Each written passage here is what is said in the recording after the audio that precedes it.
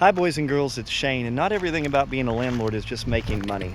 There are some responsibilities and things we have to do. It's the 10th of the month now, and we've got to start doing notices for people that haven't paid rent. And this one has grown up a lot. They're supposed to take better care of the yard than this. At least they're keeping the grass cut inside. This is a tiny rental. It's only $600 a month.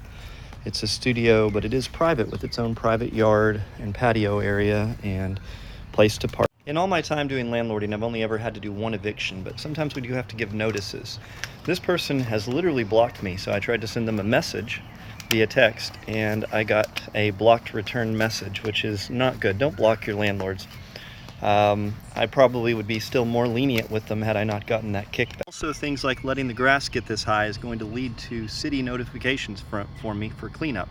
And the city will come by and mow it, and they will send me the bill as the landlord. So this is affecting me negatively. I like to be the nice guy. I don't like to have to come do collections, and generally we can work out payment arrangements with tenants, but sometimes tenants, for whatever reason, sometimes it's mental health, sometimes it's shame, will quit communicating with you. And if you decide to be a landlord, you either have to outsource this type of interaction or you have to do it yourself. Fortunately, in Arkansas, it's very easy to do evictions.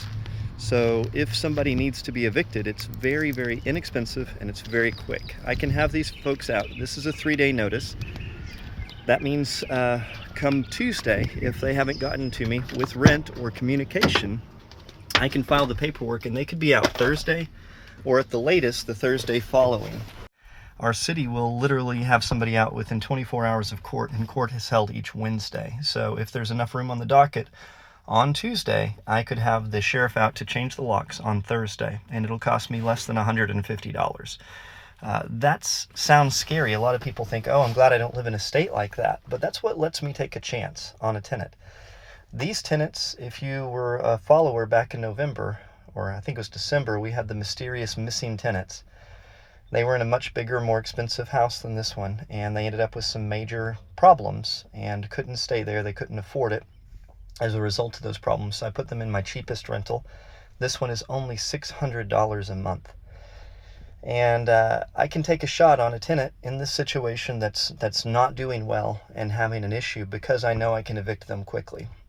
If I was in a state like California or New York, where it's months and months and months to do an eviction, I would not be able to take a chance on tenants like that. And I would require full background checks and a lot of the things you see in other states. The reason why I, as a landlord, can be lenient is because I know I'm not going to be stuck with a vacant property not paying rent for months and months and months while I pay lawyers and go through immense fees and struggles to try to do an eviction.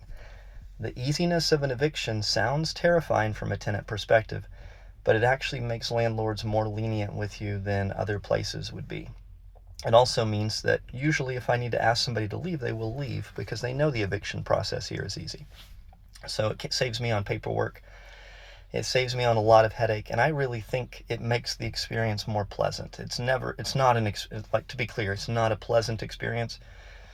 I feel like makes it a better experience for the tenants as well as for the landlord, although they may not feel like it at the time.